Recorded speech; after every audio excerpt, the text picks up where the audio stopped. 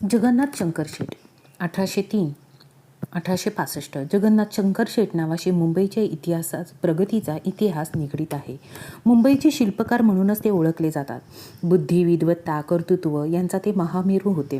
त्यांनी शैक्षणिक, राजकीय, सामाजिक, धार्मिक अशा विविध कार्यात भाग घेऊन अनेक नवीन उपक्रम राबवले.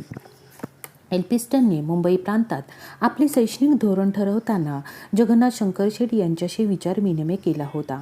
हे विशेष.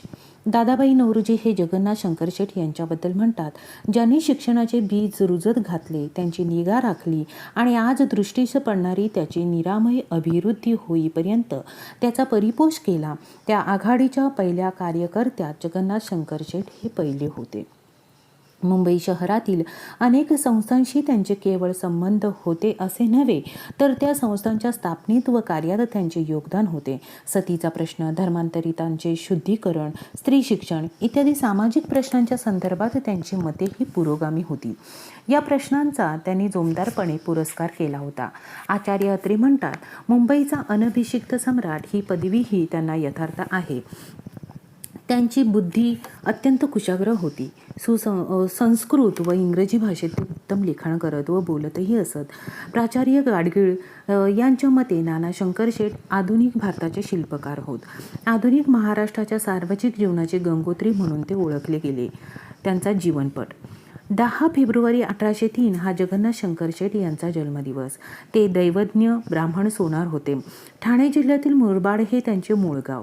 मुरकुटे त्यांचे उपनाव होते. त्यांचे वडील शंकर शेट यांनी मुंबईत जवाहिऱ्याचा व्यवसाय मोठी संपत्ती मिळवली होती. त्यांचे वडील ईस्ट इंडिया कंपनी व इंग्रजांचेही सावकार होते. इसवी सन 1800 मध्ये त्यांची संपत्ती 18 लाखांपेक्षा जास्त होती. त्यांची आई लहानपणीच वारली. त्यांचा सांभाळ त्यांच्या वडिलांनी केला, पण ते 18 वर्षाचे असतानाच वडीलही मृत्यू पावले. त्यामुळे अगदी लहान वयातच वडिलोपार्जित व्यवसायाची जबाबदारी त्यांच्यावर पडली. त्यांनी आपला व्यवसाय अत्यंत चिकाटीने पार पाडला होता. प्रचंड संपत्ती असूनही त्यांनी चैनीत न राहता आपल्याकडील संपत्ती जनतेच्या हितासाठी खर्च केली. मुंबई शहराच्या शैक्षणिक, राजकीय, सामाजिक जीवनात त्यांनी मोलाचे कार्य केले. जगन्नाथ शंकर शेट यांनी अनेक पदे भूषवली होती. एक म्हणजे मुंबई प्रांताच्या बोर्ड ऑफ एज्युकेशनचे ते इसवी सन 1850 ते 56 या काळात सदस्य होते. 2 मुंबई विद्यापीठाचे ते फेलो होते. 3 ब्रिटिशांनी त्यांना जस्टिस ऑफ द पीस म्हणजे JP हा किताब दिला होता. JP याचा अर्थ जनतेला न्याय मिळावा म्हणून राजाने नेमलेला प्रतिनिधी. या पदाचा उपयोग करून जनतेची गाऱ्हाणे सोडविण्याचा त्यांनी प्रयत्न केला. 4 म्युनिसिपल कमिशनरवर त्यांनी सदस्य म्हणून काम केले. 5 GIP रेल्वेच्या संचालक मंडळावर ते सदस्य होते. ही पदे जगन्नाथ शंकर शेट यांनी भूषवली होती. नाना शंकर शेट यांचे शैक्षणिक कार्य. बॉम्बे नेटिव्ह एज्युकेशन सोसायटीची स्थापना. इसवी सन 1819 पासून 1827 पर्यंत एल्फिन्स्टन ते मुंबई प्रांताचे गव्हर्नर होते. लोकांच्या जीवनात कमीत कमी हस्तक्षेप करण्याचे त्यांचे धोरण होते. ते विद्या व कलेचे भोक्ता होते. येथील समाजाला फक्त उत्कृष्ट प्रशासन देऊन चालणार नाही, तर उत्तम प्रतीचे शिक्षण देऊन त्यांच्या व्यक्तित्वाची घडण केली पाहिजे, या निर्णयास ते आले होते.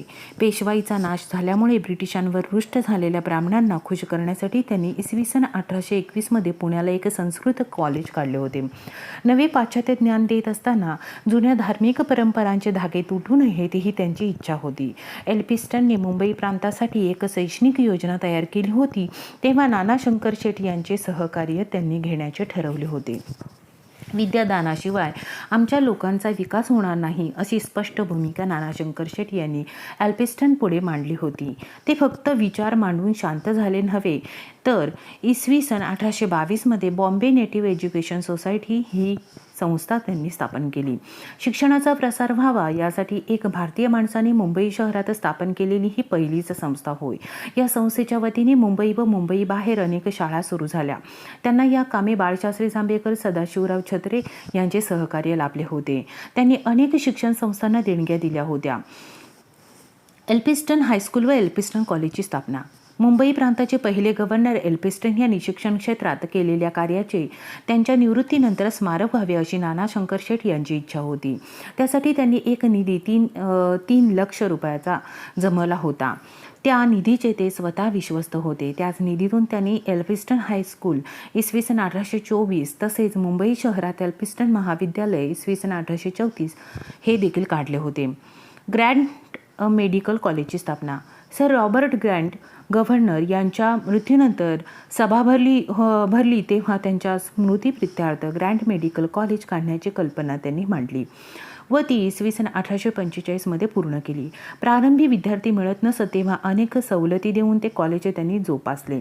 इसवी सन 1861 त्यांनी ग्रँट मेडिकल कॉलेजात वैद्यकीय शिक्षण मराठी माध्यमातून शिकवण्याची व्यवस्था केली. जे हॉस्पिटलच्या उभारणीतही त्यांनी लक्ष घातले होते. 1855 त्यांनी मुंबईतील पहिले विधी विद्यालय स्थापन केले. तसेच मुंबईत डेव्हिड ससून ग्रंथालयाची त्यांनी स्थापना केली होती. जे स्कूल ऑफ आर्टची स्थापना. कलाविषयक शिक्षण प्रक्रियांप्रमाणेच भारतीयांना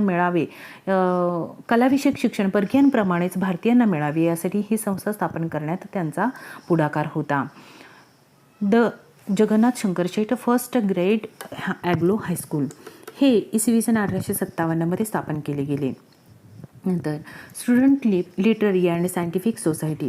1845 मुंबईत दादाभाई नौरोजी, डॉक्टर भाऊदाजी लाड व विश्वनाथ मंडलिक या तिघांनी स्थापन केलेल्या संस्थेला नाना शंकर शेठ यांनी सहकार्य केले. स्त्री शिक्षणाचे कार्य. मुली शिकल्या तर त्यांचे पती मृत्युमुखी पडतात असा समज ज्या काळात होता त्या काळात मुंबईत त्यांनी स्वतःच्या वाड्यात मुलींसाठी हायस्कूल काढले होते 1848. विशेष म्हणजे स्वतःच्या मुली त्या शाळेत शिक्षणासाठी पाठवल्या होत्या. सती प्रथा बंद करण्यासाठी 18 जून 1823 रोजी एक विनंती अर्ज ब्रिटिश पार्लमेंटला पाठवला होता. त्या अर्जावर भारतीय लोकांच्या वतीने राजाराम मोहन राय व जगन्नाथ शंकर शेठ यांच्या सह्या होत्या. इसवी सन 1855 मुंबईत लॉ कॉलेज स्थापन करण्यात नाना शंकर शेठ व त्यांच्या मित्रांचा पुढाकार होता. नाना शंकर शेठ हे स्वतः संस्कृत भाषेचे मोठे जाणकार होते. संस्कृतचे शिक्षण बंद करण्याच्या सरकारच्या निर्णयाविरुद्ध त्यांनी मोठा लढा दिला. संस्कृतला प्रोत्साहन मिळावे म्हणून त्यांनी मुंबई विद्यापीठाकडे 30,000 रुपये ठेवून संस्कृतसाठी शिष्यवृत्त्यांची सोय केली. त्यांचा मुलगा विनायक याने मॅट्रिकच्या परीक्षेसाठी जगन्नाथ शंकर शेठ शिष्यवृत्तीची स्थापना केली. नाना शंकर शेठ यांचे राजकीय कार्य. इसवी सन 1818 पेशवाईचा अंत होऊन ब्रिटिश राजवट सुरू झाली. मुंबई इलाख्याचे प्रारंभी सर्वच गव्हर्नर उदारमतवादी होते. ते लोकहिताला प्राधान्य देत असत. नाना शंकर शेठांसारख्या पहिल्या पिढीतील सर्व सार्वजनिक कार्य करणारी मंडळी जनहितासाठी विविध संस्था संघटना काढत असत. काही संघटना राजकीय असत. अशीच एक राजकीय संस्था म्हणजे बॉम्बे असोसिएशन होय. ही संस्था 26 ऑगस्ट 1852 रोजी मुंबई शहरात सर्व धर्मांचे, जातीयांचे व भाषांच्या प्रतिष्ठित देशी नागरिकांच्या उपस्थित स्थापन झाली. त्या सभेच्या बैठकीचे अध्यक्ष नाना शंकर शेठ हेच होते. मुंबई इलाख्याच्या सरकारच्या अंमलाखाली जे ऐत्य राहतात त्यांच्या गरजांची चौकशी करून या देशाची सुधारणा करण्यास व येथील लोकांची कल्याणवृद्धी करण्यास कोणते उपाय आवश्यक आहेत ते सरकारला नेहमी कळवणं हा या सभेचा मुख्य उद्देश होता. बॉम्बे असोसिएशनचे काही वर्ष उपाध्यक्ष तसेच काही वर्ष अध्यक्षपद नाना शंकर शेठ यांनी भूषवले होते. ही संस्था राजकीय चळवळीचे केंद्र बनली. स्वतः नाना शंकर शेठ यांनीच म्हटले होते, या देशातील जनतेचे कल्याण करावे अशी इंग्रज सरकारची इच्छा आहे हे खरे, पण आमची अशी काही दुःखे आहेत जी सरकारच्या नजरेस येत नाहीत, म्हणून ती सरकारच्या नजरेस आणून द्यावीत व ते रयतेच्या सुखाकरता सरकारला सर्व गोष्टी सहाय्य करावे म्हणून ही संस्था काढली आहे. बॉम्बे असोसिएशनने हिंदी लोकांना कायदेमंडळात प्रतिनिधित्व मिळावे म्हणून बरेच प्रयत्न केले. परिणाम इसवी सन 1861 भारतीयांना कायदेमंडळात प्रवेश देण्याचे मान्य केले. मुंबई इलाख्याच्या कायदेमंडळाचे पहिले सदस्य होण्याचा मान नाना शंकर शेठ यांनाच मिळाला. नाना शंकर शेठ हे खऱ्या अर्थाने जनतेचे सेवक होते. सर्वांगीण सुधारणांचे ते प्रवर्तक होते. आचार्य जावडेकर यांच्या मते लोकांच्या वतीने सरकारशी बोलणारे व मध्यस्थी करणारे मुंबईतील पहिले पुढारी म्हणजे नाना शंकर शेठ होत. नाना शंकर शेठ यांची इतर कार्य. मुंबई शहरातील वाढत्या लोकसंख्येला पाणी मिळावे म्हणून विहिरी तलावांची योजना त्यांनी आखली. भायखळा येथील राणीचा बाग व ऐतिहासिक वस्तुसंग्रहालय त्यांनी सुरू केले. मुंबईत नाटकाचे थिएटर असावे म्हणून त्यांनीच प्रयत्न केले. विष्णुदास भावेंची नाटके नानांनी स्वतःच्या वाड्यात जागा देऊन उभारलेल्या थिएटरात केली. ब्रिटिश राजवटीतील वर्णभेद नाहीसा झाला पाहिजे असा विचार त्यांनी पुन्हा मांडला. स्मॉल कॉच कोर्टातील खटले चालवणे संपादन करणाऱ्या लोकांनाच होता. नानांनी आपले वजन खर्च करून या कोर्टात खटले चालवण्यास वकिलांनाही परवानगी मिळवून दिली. इसवी सन 1837 मध्ये भिवंडी येथे हिंदू मुस्लिम दंगल झाली. प्रकरण कोर्टात गेले. कोर्टात हिंदूंच्या विरोधात निकाल लागला. या प्रकरणी नाना शंकरशेठ यांनी लक्ष घातले. त्यांनी गव्हर्नरची भेट घेऊन या खटल्याची फेरतपासणी केली व दंगेखोरांना कडक शिक्षा देऊन हिंदूंना न्याय मिळवून दिला. मुंबईतील कमर्शियल बँक ऑफ इंडियाचे डायरेक्टर होते. मर्कंटाईल बँकेच्या स्थापनेत त्यांचा सहभाग होता. Commercial bank of the western इंडियाच्या उभारणीतही त्यांचा पुढाकार होता. ॲग्री हॉर्टिकल्चर व जॉग्रॉफिकल सोसायटीच्या स्थापनेत त्यांचा पुढाकार होता. जलवाहतुकीच्या साधनांचा विकास व्हावा म्हणून नानांनी बॉम्बे स्टीम नेव्हिगेशन्स कंपनी काढली. या कंपनीने 5 बोटी खरेदी करून पश्चिमेच्या किनारपट्टीवर वाहतूक सुरू केली.